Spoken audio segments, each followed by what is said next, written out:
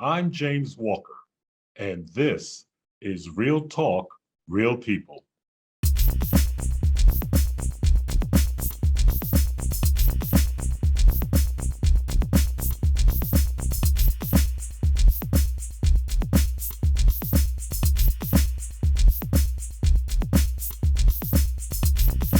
Hello, everyone. Thank you so much for joining us again this week. We're back in Chimene's kitchen. And for those of you who watched the first episode, you know that number one, she's my sister, and she moved down to Scottsboro, Virginia, into an old farmhouse that she's renovating. And I was just curious because my sister's a really good cook, and I was wondering how she was able to cook all these meals in such a very tight space while she's renovating the whole place is a mess. Well, um, a lot of you tuned in. She made something she called Aunt Doretha's bread, and a number of you tuned in and really made a lot of comments about it, and you really liked her. So we've got her back again. This time she's making a much bigger meal. She's making actually homemade bread, smothered chicken, and some other good stuff. So let's see what's cooking in Shamine's kitchen. Typically on Sundays, most larger families, they make fairly large meals. I don't really have an occasion to cook really large meals a lot, although I do cook almost every day. They're not usually large and fancy meals. But today I have a really special reason to cook a pretty nice meal, and that's my grandson. My grandson Michael is down from Connecticut visiting me, and I asked him what he wanted for dinner, and he says that he wants chicken. That's what he always wants. So I'm not going to fry chicken today, but what I am going to do is smother some chicken for him today. We're going to have it with a couple of sides, but the big thing today on the menu is bread. Yes, I'm not making cornbread today. I'm not making buttermilk biscuits. I'm going to be baking a couple of loaves of really easy, really simple bread. I have all the ingredients here, so let's get to it. In this bowl, I have 4.5 cups of bread flour. Now you can use all-purpose flour if you'd like. I keep all types of flour in my house, so this is bread flour. I decided to use this just to see really what the difference in the chew was when I used this as opposed to the all-purpose flour. So I'm going to empty 4.5 cups of bread flour into my bowl. And to that, I'm going to add 2.5 teaspoons of salt. I'm going to add 1 tablespoon of granulated sugar. And then I'm going to add 2.25 teaspoons of, this is instant yeast. You don't have to bloom it or anything like that. You can just pop it in here. I'm going to pop it in away from the salt because I heard that it kills the yeast if you mix it directly with the salt. So I'm going to err on the side of caution, and I'm going to put the yeast on that side. I have to get some lukewarm water.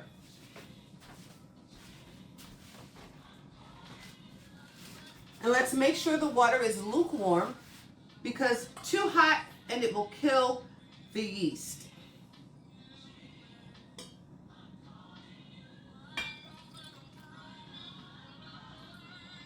So this is 1 and about 1/3 cups of warm water. Sorry, I forgot my other measuring cup. So this, like I said, this is a really easy bread.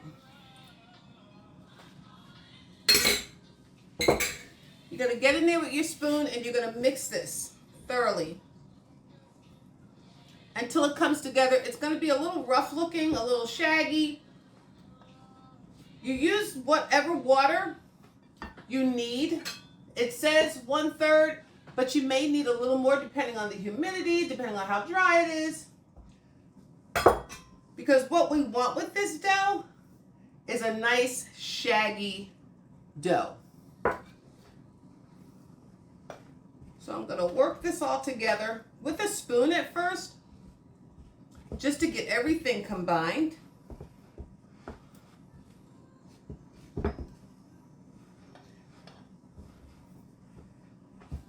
And I'm listening to some tunes today Food and music, I don't know which is more important to me or which has played a bigger role in my life, food or music. I think they're pretty much about equal. So normally on any given day, I have music playing and I have something cooking. So we're going to take and turn this out onto a lightly floured cutting board. And mind you, it's not all mixed. It's not ready to go yet. But you just want to get it from the side. And you want to incorporate all of this liquid and the yeast. You want to get everything to a nice, fancy word, alert, homogeneous ball. In other words, you want it all to come together. So I'm going to knead this for about, I don't know, maybe 6 or 7 minutes until it comes nice and together in a nice cohesive ball. And as you can see, I've been kneading my dough and it's nice and bouncy. So what I'm going to do, I'm going to take the same bowl that it was in, use a paper towel, I'm going to oil the bowl. Vegetable oil is fine. Just so it doesn't stick to the bowl. And then I'm going to place the bread in the bowl. I'm going to give it a little roll around. And then I'm going to cover it with cling wrap. I'm going to set this bowl in a warm place so that it can rise. And I'm going to leave it there until it doubles in size. Probably about an hour, maybe an hour and a half, depending on how warm your kitchen is. That's nice and tight. I'm going to set mine over by the stove. This is going to take about an hour, maybe an hour and a half to rise and double in size. I'm going to put it over here now in a nice warm place. I'm going to crack my oven and I'll see you in a few. In this bowl, I have chicken pieces. Quite honestly, I pulled this stuff out of the freezer yesterday. I had cleaned and bagged it up. And so I just pulled chicken out of the freezer. So I have an assortment of pieces here. I have some chicken drumsticks. I have some boneless, skinless chicken breasts. I have some chicken breasts with bone in this bowl. I've washed them in vinegar and rinsed them, patted them dry. And now I'm going to add my seasoning blend. You can add what seasonings you want to this. You can add, salt, pepper, garlic. You can omit garlic. You can add whatever it is you like or your family likes. So I'm going to sprinkle this using my very, very impeccably clean hands. And I'm going to get this seasoning all in the chicken. And I'm going to just kind of mix it together. You can do this the night before if you want, but, it's chicken. It's chicken. So once that's done, this is so simple and so easy. I'm going to add some flour to it. This is all-purpose flour that I've seasoned with my seasoning blend. And that seasoning blend includes some oregano, some tarragon, some paprika, salt, pepper, a couple of different things just to my taste. So I'm going to give this a light covering, just a really light covering with this flour because the goal is not to get it super crispy. It's just to give it a coating because this is going to thicken up the gravy that I use to make the smothered chicken. So I'm getting in there with my hands. I know, this is not a professional thing, but just so you understand, I'm not a professional chef. I'm a home cook. I'm cooking for my family, so no, I don't use gloves. But feel free to do so if that's what does it for you. I'm going to head over to the stove. I have my cast iron pan heating. It's got about, maybe an inch and a half of oil, a couple of tablespoons of oil. And what I'm going to start doing is browning off this chicken. I don't want to get a dark brown on it. I don't want to fully cook it because this is going to smother down. It's going to be in gravy and it's going to finish its cooking in that beautiful, lovely gravy. So I'm going over to the stove.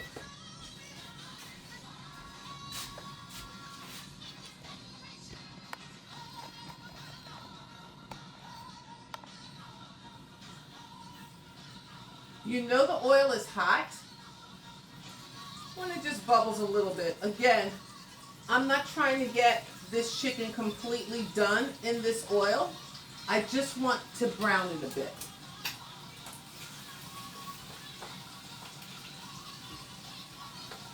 I'm not going to crowd the pan because I do want some color on it.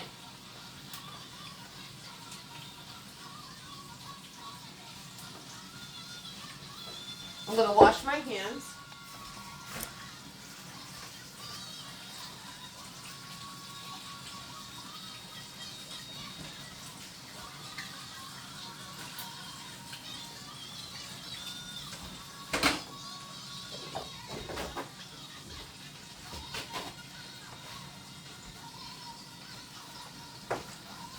And while that's going, while I'm waiting to put the next batch in, I'm going to start with my aromatics. I'm going to start with cutting up my peppers, my onions, and my garlic, because this is also going to go over top of those chicken pieces and in that gravy, and it's just going to add so much flavor and depth of flavor to what's going on in that pot. So I was saying to you earlier that I didn't know what played a bigger part in my life, whether it was music or food. And my response was that I think they're both pretty equal. Obviously, food has always been a part of my life.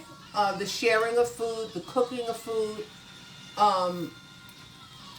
You know, that's how in my household we showed people that we cared about them and that we loved them. I come from a family of 8. So, as you can well imagine, there were a lot of us to feed. And in my case, and in our family's case, there wasn't a whole lot of money to go around. So I just watched my mother make do with what she had. And she said something to me, and she would say this as she was cooking and coming up with ways to make what we had stretch. That if you had a few staples in your pantry, then you could always come up with a good meal. I hear that chicken sizzling away, and I can smell those spices. It smells so good in this kitchen. Music is playing.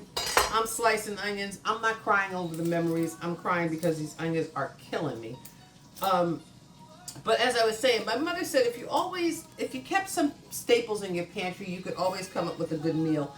And my mother was no stranger to having to be inventive to come up with a way to feed her eight children.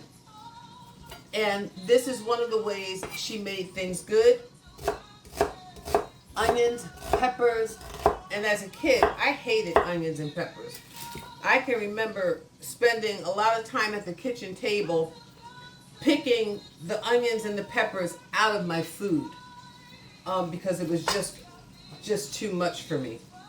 I didn't like the crunch of it. I didn't like the way they felt in my mouth. So while my brothers and sisters were chowing down and making short work of whatever it was my mother had managed to put together for us, I was sitting at the table trying to pick onions and peppers out of whatever it was she had fixed for us. I'm going to check on the chicken, just give it a turn.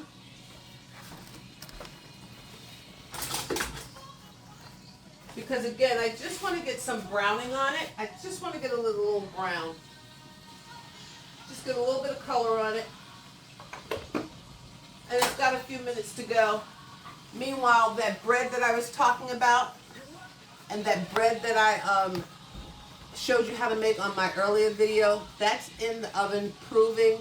It's just about ready to come out. So by the time I get all this pulled together, I should be ready to pull my bread out, punch it down, form it into the loaves, and let it rise again.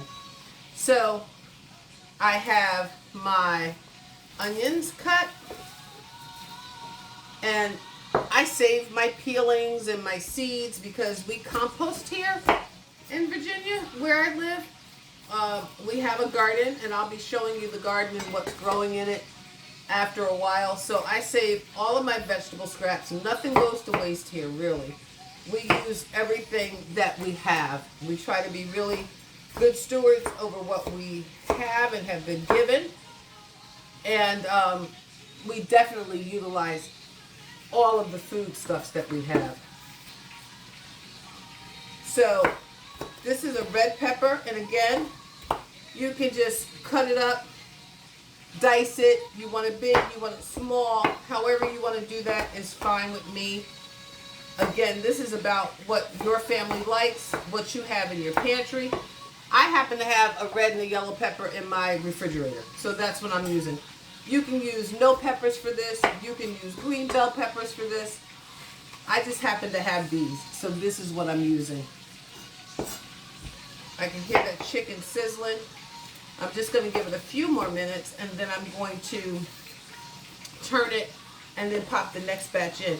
And just as an aside, whenever you're using a pepper, whether it's a green bell pepper or a yellow or red pepper, you see the white here? That white part that you see in your peppers, you don't want to use that. Those are pretty bitter when you eat them. So I always try to get rid of them so that they don't add a bitter flavor to my food, whatever it is I'm cooking.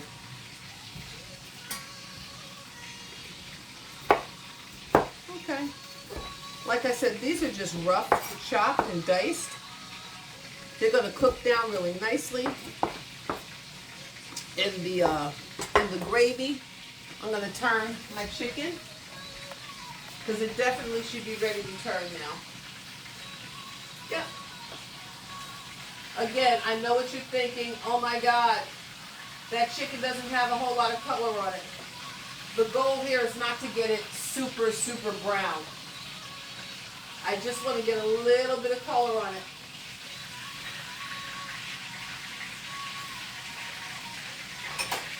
It smells amazing. I'm going to get my compost bowl.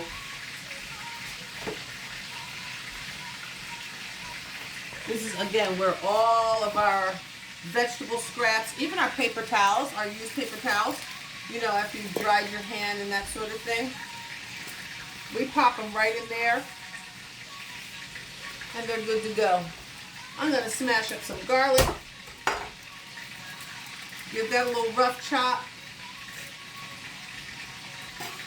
so that when I'm ready to smother down my chicken, all of this stuff will be ready. And then we'll move over onto the green beans and potatoes and the white rice. Again, just a rough chop here. Nothing fancy. Again, I'm not a chef. I'm not a professional chef. I'm just a home cook. And I just try not to cut my fingers off when I'm doing this.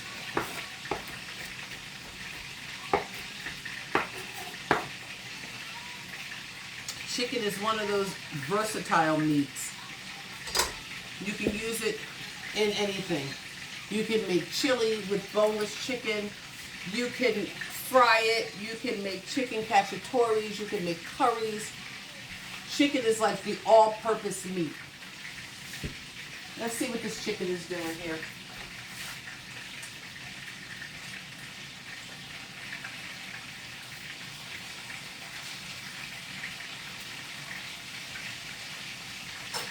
Gonna give it a few more minutes.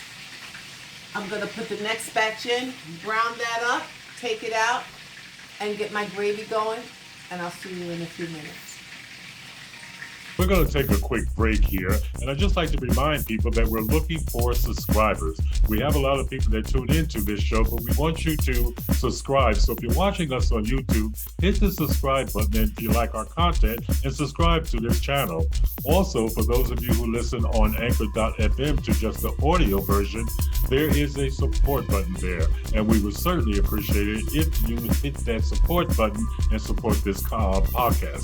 And for those of you who do listen to us on Anchor, Anchor is now accepting video. So you're going to be able to listen and watch whichever your preference is on Anchor.fm. Now, Chimene is ready for us. So let's get back and see what's cooking.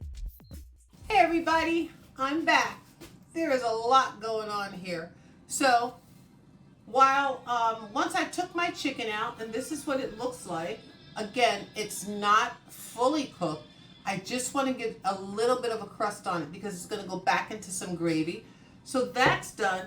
And I looked, and lo and behold, my bread has doubled in size. So I'm going to turn this out onto a floured board, just a little bit of flour. Gonna punch it down, and it's beautifully soft. Oh my God, I'm so excited.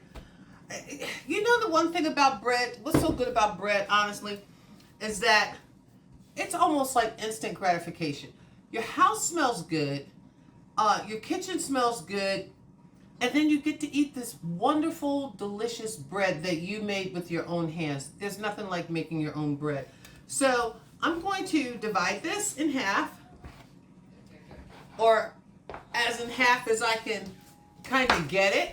Again, I'm no professional. And what I'm going to do now is I'm going to begin to shape this. So I'm going to pat it into some semblance of an oval, and I don't want to mess with it too much. But I want to pat it into an oval shape, and then I'm going to pull, fold, fold, and repeat. Pull. I'm going to fold it. I'm going to fold it. I'm going to turn it. And now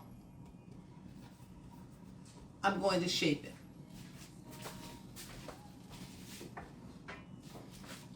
I have my trusty rolling pin. I'm not going to use it a whole lot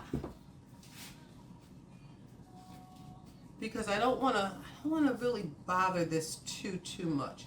But after I shape this, this is going to go back into the stove, into the oven to prove again.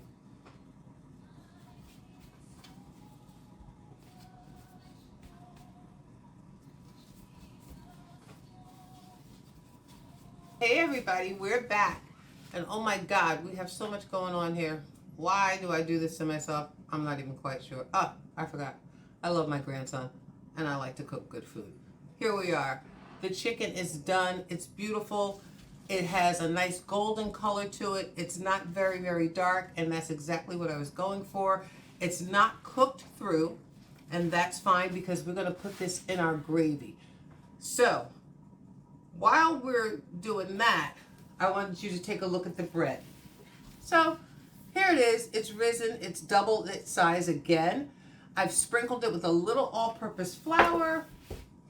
I'm going to cut a couple of holes in it just to let some of that steam escape and to get a really nice crispy crunch or crust to it. I'm going to slide it into a 450-degree oven, and on the lowest rack in the oven, I'm going to put my cast iron pan in there with some nice boiling water, and it's going to create some steam, and it's going to really make that crust beautiful. So she's going in.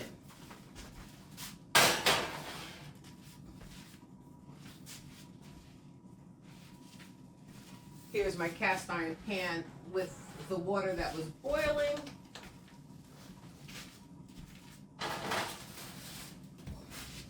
And that's going to go in for about 25 minutes, 20 to 25 minutes. When you pull it out and turn it over and tap the bottom of it, it should sound hollow. Now, to the gravy. All right, here we go.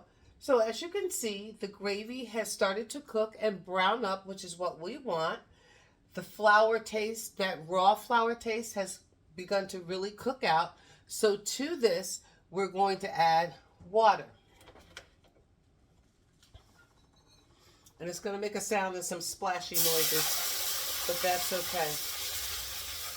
I'm adding probably about 4 cups of water.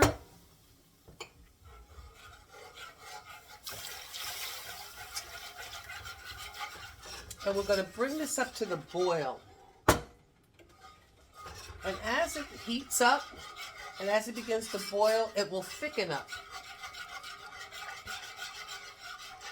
I'm going to go ahead and season it with some of that seasoning blend I spoke to you about earlier. I'm just going to add that in there. Oh man, it smells great already.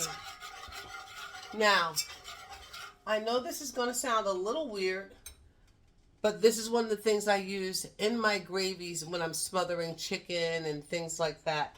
I'm using my secret weapon. I call it my secret weapon. It's a half a can of cream of chicken soup. And I'm going to add that right in there. I know. You're probably saying to yourself, this girl is crazy.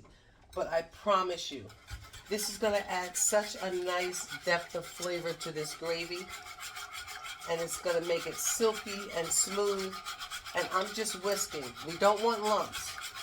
So we're whisking and we're whisking. And as you can see, it's starting to simmer and it's going to come up to a boil. And as it does that, again, it will thicken. To this mixture, I'm going to go ahead and add onions. And I'm adding yellow or orange and red bell pepper.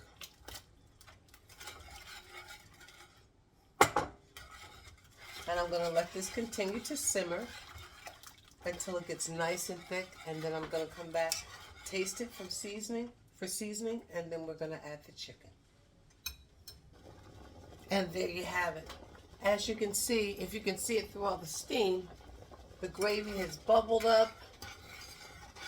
It is starting to thicken. It's got a beautiful color. Can you see that? Now I'm going to check it for seasoning. And this is super hot, so be careful.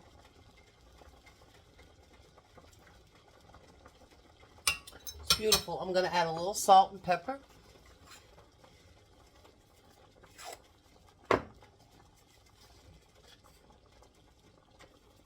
I'll let this cook down for about 5 more minutes. And then we'll add the chicken.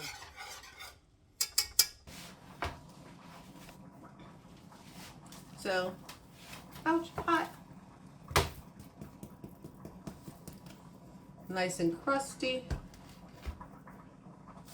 Got a little more brown than I wanted to on top. But we're going to see what she tastes like. There is nothing in this world better than fresh baked bread. Facts. What did you say, Michael? I said facts. He said facts. So I'm going to cut it. Hold on. Ooh. Holy cow. And that's what using that cast iron pan with the boiling water does. It gives you that beautiful crust on top. This is still pretty hot. That's going to be delicious. I'm going to cut a slice and see what it tastes like now. Because it can look pretty all at once. But if it doesn't taste good, it was a wasted effort. Okay, so this is super hot. Holy cow. And I'm just going to have it with a little bit of butter. Can you see it?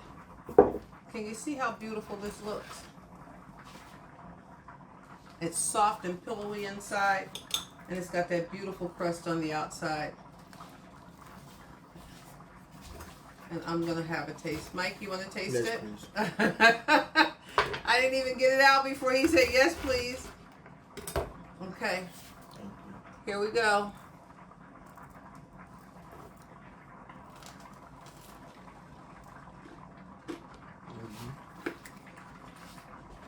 Oh my God.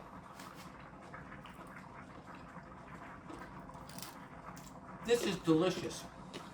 Simple, easy. Your family will love it. My grandson Lake loves bread, and he used to ask me if I was baking bread. Today I'm baking bread. It tastes delicious. And yep, my grandson Michael is here. But Lake, this bite's for you. We'll be back in a minute. We're going to assemble the entire dinner. The smothered chicken, the rice, I can hear it bubbling away, the string beans and potatoes. We're going to eat and enjoy each other's company. This is what we made today. We have our smothered chicken with peppers, onions, some garlic, and our secret weapon, half a can of cream of chicken soup. We're serving that over rice. And then we have one of my mother's favorite things in the world to make, and that is green beans with potatoes. We use smoked turkey with this because one of our family members does not eat pork. You don't have to use any meat in that. It can be totally vegetarian with no meat product in it at all. I cooked it down with some water, some salt, pepper, some spices. I finished it off with a little red pepper flake. And then the thing that's making me absurdly happy, the bread. It came out beautifully. The crust is beautiful and it's got this nice snap and crackle to it. The texture is soft, but it's got a nice chew to it. I couldn't have asked for a better outcome. Wait a minute, hold on. That's really good. And you can use it to soak up some of that gravy that you're getting ready to eat with that rice. Let's dig in. Let's see what it tastes like. Good. It smells delicious.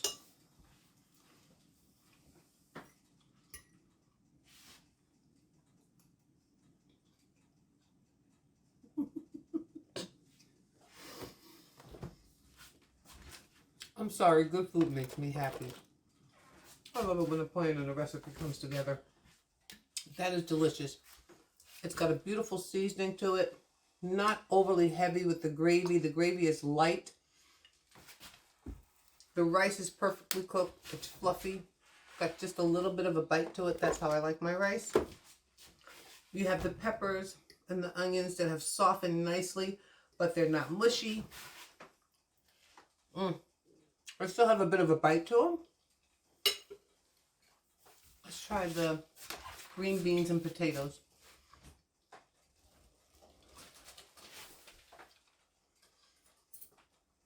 That smoked turkey is coming through there. You can taste the garlic, the rest of the spices. The potatoes are just cooked, so they're nice. They have a little bit of a bite to them. Once you get them in there, they just melt in your mouth. This has been a fabulous day. I'm so happy to be able to cook for my family and my friends. I'm so happy that I'm able to bake bread and it come out right. Yay. But most of all, I'm really happy that I get the opportunity to share what I love with you guys. Thanks for watching. I hope you make these recipes and I hope you and your family enjoy them. A shout out to 7 Tech for moving the camera around and setting up things for me. A big shout out to my grandson Mike for standing here smelling the food, critiquing it, and pushing the on and off button on my camera phone. You guys be well. I'll